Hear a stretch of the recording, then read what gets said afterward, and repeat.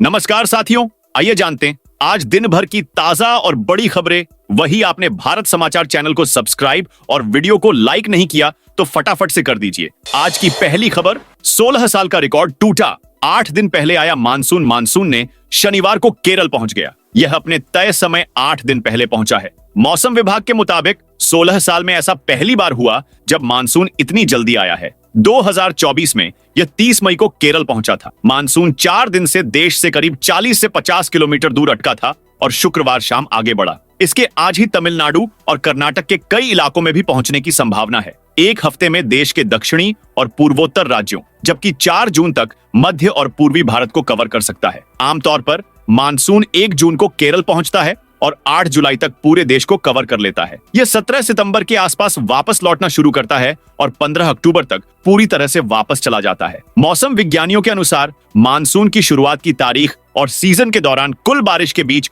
कोई संबंध नहीं है। इसके जल्दी या देर से पहुंचने का मतलब यह नहीं है कि यह देश के अन्य हिस्सों को भी उसी तरह कवर करेगा।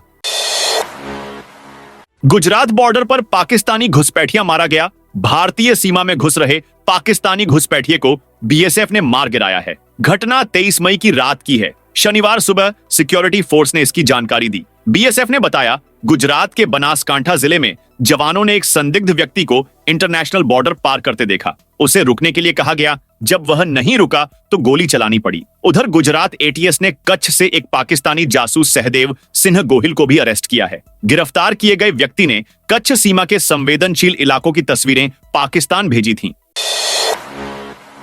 प्रधानमंत्री नरेंद्र मोदी शनिवार को नई दिल्ली के भारत मंडपम में नीति आयोग की 10वीं गवर्निंग काउंसिल की बैठक की अध्यक्षता कर रहे हैं। पीएम ने कहा, हमें टीम इंडिया की तरह काम करना होगा। विकसित भारत हर भारतीय का लक्ष्य है। जब हर राज्य विकसित होगा तो भारत विकसित होगा। इस बैठक में सभी राज्यों और केंद्र शासित प्रदेशों के मुख्यमंत्री और उपराज्यपाल, केंद्रीय मंत्री और नीति आयोग के उपाध्यक्ष, सदस्य और सीईओ शामिल हुए। नीति आयोग के स्टेटमेंट के मुताबिक इस साल बैठक की थीम विकसित भारत के लिए विकसित राज्य है। बैठक में भारत को 2047 तक विकसित बनाने के लिए राज्यों की भूमिका पर जोर दिया जाएगा। केंद्र और राज्य सरकारों के बीच बेहतर समन्वय को लेकर भी चर्चा होगी। ज्योति के बांग्लादेश टूर की जांच में जुटी केंद्रीय जांच एजेंसियों ने पाकिस्तान के लिए जासूसी के आरोप में पकड़ी गई हरियाणा की यूट्यूबर ज्योति मल्होत्रा के बांग्लादेश टूर की जांच शुरू कर दी है। जांच एजेंसियों के सूत्रों के मुताबिक ज्योति पाकिस्तानी दूतावास के अधिकारी दानिश के कहने पर ही बांग्लादेश गई थी। इस दौरान वह दानिश के संपर्क में भी रही। खास बात यह है कि ज्योति ने जिस ढाका यूनिवर्सिटी के आसपास के वीडियो बनाए, उसी के छात्रों ने यहाँ की शेख हसीना का तख्ता पलट किया था। केंद्रीय जांच एजेंसियां ज्योति से पता लगा रही हैं कि बांग्लादेश के तख्ता पलट में पाकिस्तानी खुफिया एजेंसी आईएसआई की क्या भूमिका थी। क्या इसके बारे में ज्योति को कुछ पता है या दानिश ने उसे कोई ऐसी बात बताई थी? राहुल जम्मू कश्मीर में पाक गोलीबारी के पीड़ित बच्चों से मिले। राहुल गांधी जम्मू कश्मीर के पुंछ पहुंचे हैं। उन्होंने यहां पाकिस्तानी गोलाबारी में मारे गए लोगों के परिवारों से मुलाकात की। वे स्कूली बच्चों से भी मिले, उनका हौसला बढ़ाया और कहा कि मैं आपसे बहुत प्यार करता हूं। राहुल ने कहा कि सब जल्दी ठीक हो जाएगा। आप इन हालात से बाहर आने के लिए खूब पढ़ाई करें, खूब खेलें और स्कूल में बहुत सारे दोस्त बनाएं। पाकिस्तानी गोलाबारी से प्रभावित परिवारों से मुलाकात के बाद राहुल ने कहा कि ये बड़ी त्रासदी है। बहुत से लोगों की जान गई है और उन्हें काफी नुकसान हुआ है। मैंने उनसे बात की, उनकी परेशानियों को समझने की कोशिश की। उन्होंने मुझसे कहा कि वे कुछ मुद्दे राष्ट्रीय स्तर पर उठाना चाहते हैं और मैं उन्हें जरूर उठाऊंगा। भारत में फिर लौटा कोरोना। अहमदाबाद में 20 मरीज मिले। देश में कोरोना के मरीज लगातार बढ़ रहे हैं। शुक्रवार को गुजरात के अहमदाबाद में 20, यूपी में 4, हरियाणा में 5 और बेंगलुरु में 9 महीने का एक बच्चा कोरोना पॉजिटिव पाया गया है। इस तरह देश में अब तक कोरोना के 312 एक्टिव केस हैं। 2 मौतें हो चुकी हैं। उधर दिल्ली सरकार ने कोविड-19 को लेकर एडवाइजरी जारी की है। सरकार ने सभी अस्पतालों को कहा है कि वे बेड, ऑक्सीजन, दवाइयों और वैक्सीन की पूरी व्यवस्था रखें। दिल्ली के सभी अस्पतालों को निर्देश दिया गया है कि हर पॉजिटिव कोविड सैंपल को जीनोम सीक्वेंसिंग के लिए लोकनायक अस्पताल भेजा जाए। सभी संस्थानों को अपनी report Delhi health data portal पर डेली अपलोड करनी होगी।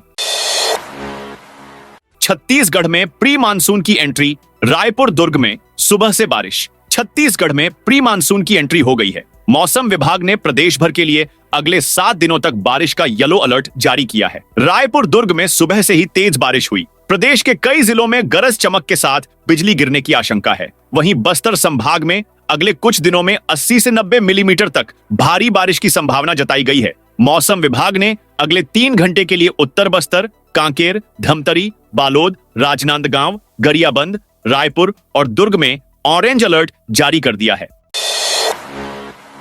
इस हफ्ते सोने चांदी के दाम में रही तेजी। इस हफ्ते सोने चांदी के दामों में बढ़त रही। India Boolean and jewellers association की वेबसाइट के अनुसार पिछले शनिवार यानी 17 मई को सोना 92,301 रुपए पर था, जो अब को 95,471 रुपए प्रति 10 ग्राम पर पहुंच गया है। यानी इस हफ्ते इसकी कीमत 3,170 रुपए बढ़ी है। वहीं चांदी की बात करें तो यह पिछले शनिवार को 94,606 रुपए पर थी, जो अब 96,909 रुपए प्रति किलोग्राम पर पहुंच गई है। ट्रंप की यूरोपीय यूनियन पर 50% टैरिफ लगाने की धमकी। अमेरिकी राष्ट्रपति डोनाल्ड ट्रंप ने यूरोपीय यूनियन के देशों पर 50% टैरिफ लगाने की धमकी दी है। उन्होंने सोशल मीडिया पर पोस्ट करते हुए बताया कि यूरोपीय यूनियन से आने वाले सभी प्रोडक्ट्स पर 50% टैरिफ लगेगा, जब तक कि ये प्रोडक्ट्स अमेरिका में नहीं बनाए जाते। ट्रंप इसे 1 जून लागू करने का प्लान बना रहे हैं। पीटीआई की रिपोर्ट के मुताबिक ट्रंप यूरोपीय यूनियन के साथ ट्रेड डील के आगे न बढ़ने से नाराज है। यूएन ने आपसी सहमति से सभी टैरिफ को शून्य करने का प्रस्ताव रखा है, जबकि ट्रंप सभी तरह की आयात पर 10% टैरिफ लगाने की बात पर अड़े हैं। एप्पल भारत में ही बनाएगी। आईफोन मीडिया रिपोर्ट्स में दावा। अमेरिका के राष्ट्रपति डोनाल्ड ट्रंप की धमकी के बाद भी एप्पल भारत में ही आईफोन बनाएगा। मीडिया रिपोर्ट्स के अनुसार भारत में आईफोन के प्रोडक्ट्स से कंपनी को काफी फायदा होगा, इसीलिए कंपनी किसी राजनीतिक दबाव में कोई फैसला नहीं लेगी। मामले से जुड़े एक शीर्ष सरकारी अधिकारी ने बताया कि उन्हें पूरा विश्वास है कि एप्पल ट्रंप प्रशासन के किसी भी दबाव के बावजूद कंपनी मुनाफे को तवज्जो देगी। रिपोर्ट्स के अनुसार कंपनी भारत में उपलब्ध टैलेंट और यहां बिजनेस के लिए उपलब्ध सुविधाओं पर ज्यादा फोकस कर रही है।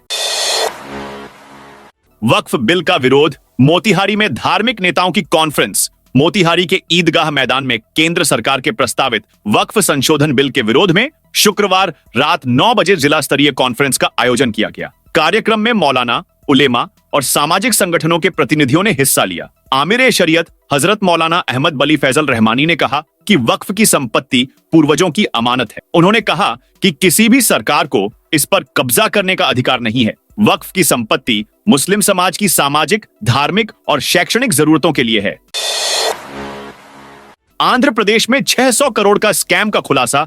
आंध्र प्रदेश के अनकापल्ली जिले के इंडस्ट्रियल एरिया अच्युतपुरम में इंटरनेशनल फर्जी कॉल सेंटर खुलासा हुआ है। पुलिस ने बताया कि इस मामले में 33 लोगों को गिरफ्तार किया गया है। इनमें 2 मास्टरमाइंड भी हैं। पुलिस ने कहा है कि कॉल सेंटर ऑपरेट करने वालों ने पिछले 2 साल में करीब 600 करोड़ की धोखाधड़ी की है। ज्यादातर अमेरिकी नागरिकों को निशाना बनाया गया है। शुक्रवार को अनकापल्ली डीएसपी विष्णु स्वरूप ने कहा कि 22 मई को लोकल रेवेन्यू ऑफिसर और गुप्त सूचना के आधार पर 3 जगहों पर रेड मारी गई थी। मौके से 3 lakh cash, computer, network device, luxury car और दूसरा सामान बरामद हुआ है।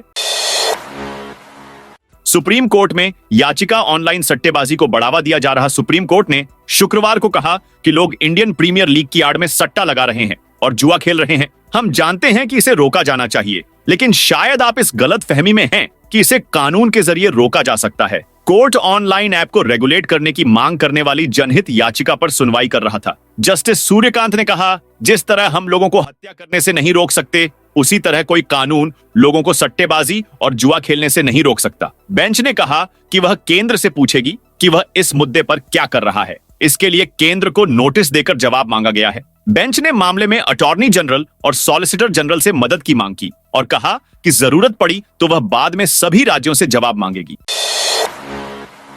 सिद्धू मूसेवाला कांड के जांच अधिकारी की मौत। मशहूर पंजाबी सिंगर सिद्धू मूसेवाला की जांच करने वाले जांच अधिकारी रिटायर्ड सब इंस्पेक्टर की मौत हो गई है। शुक्रवार को उनकी मानसा कोर्ट में पेशी थी, लेकिन इसी दिन बीमारी से उनके निधन की खबर आई। उन्हें लुधियाना के प्राइवेट अस्पताल में भर्ती कराया गया था, जिसके बाद कोर्ट ने सुनवाई की तारीख जुलाई महीने में तय कर दी। बता दें कि 29 मई 2022 को मानसा के जवाहरके में सिद्धू मूसेवाला की गोलियां मारकर दी गई थी। इसकी जिम्मेदारी लॉरेंस गैंग ने ली थी। उस वक्त सब इंस्पेक्टर अंग्रेज सिंह मानसा के थाना सिटी 1 के इंचार्ज थे। हालांकि जांच शुरू करने के बाद बीमार होने पर वह रिटायर हो गए थे। उनका बेटा भी पंजाब पुलिस में है।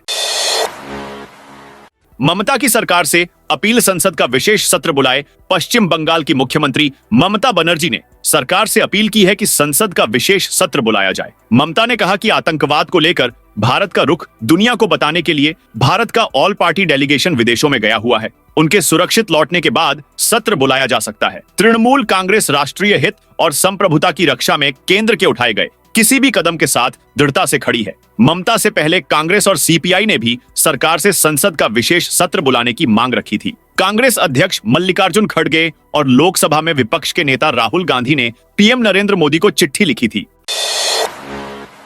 हरियाणा में 10,000 युवाओं की सरकारी नौकरी जाएगी। हरियाणा में सामाजिक आर्थिक आधार पर बोनस अंक पाने वाले 10,000 सरकारी कर्मचारियों की नौकरी जाएगी। Punjab and Haryana high court ने 2019 के बाद हुई सभी भर्तियों के परिणाम रद्द करने को कहा, जिसके बाद इनकी नए सिरे से मेरिट बनाने के आदेश दिए हैं। हालांकि हाई कोर्ट ने यह जरूर माना कि इस पूरे मामले में कर्मचारियों की कोई गलती नहीं है। सरकार ने ही नियम गलत बनाए थे, इस वजह से सरकार उन्हें नौकरी से न निकाले, बल्कि जो कर्मचारी संशोधित मेरिट लिस्ट में नहीं आ पाते उन्हें कॉन्ट्रैक्ट के आधार पर नौकरी दे।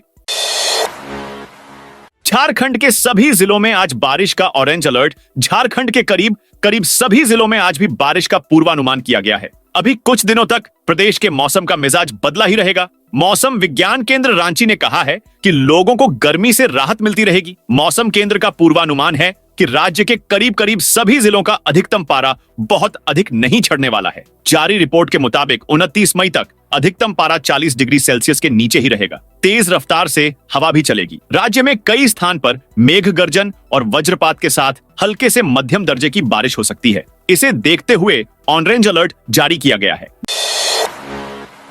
दिलावर बोले, डोटासरा विधायक पद से इस्तीफा दे देते। शिक्षा मंत्री मदन दिलावर अपने एक दिवसीय दौरे के दौरान नागौर थे। नागौर जिले की अलग अलग विधानसभा में उन्होंने लोगों से चर्चा की। इसके साथ ही अधिकारियों के साथ भी बैठक की। इस दौरान भास्कर से बातचीत में उन्होंने गोविंद डोटासरा पर निशाना साधते हुए कहा, कमेटी से इस्तीफा देना मायने नहीं रखता है, उन्हें विधायक पद से इस्तीफा देना चाहिए। गौरतलब है कि हाल ही पीसीसी चीफ ने विधानसभा की कमेटी से इस्तीफा दिया है। इसके साथ ही शिक्षा मंत्री ने 12वीं बोर्ड के रिजल्ट, नए पेपर सेट पैटर्न और टीचर्स के ट्रांसफर को लेकर भी बातचीत की।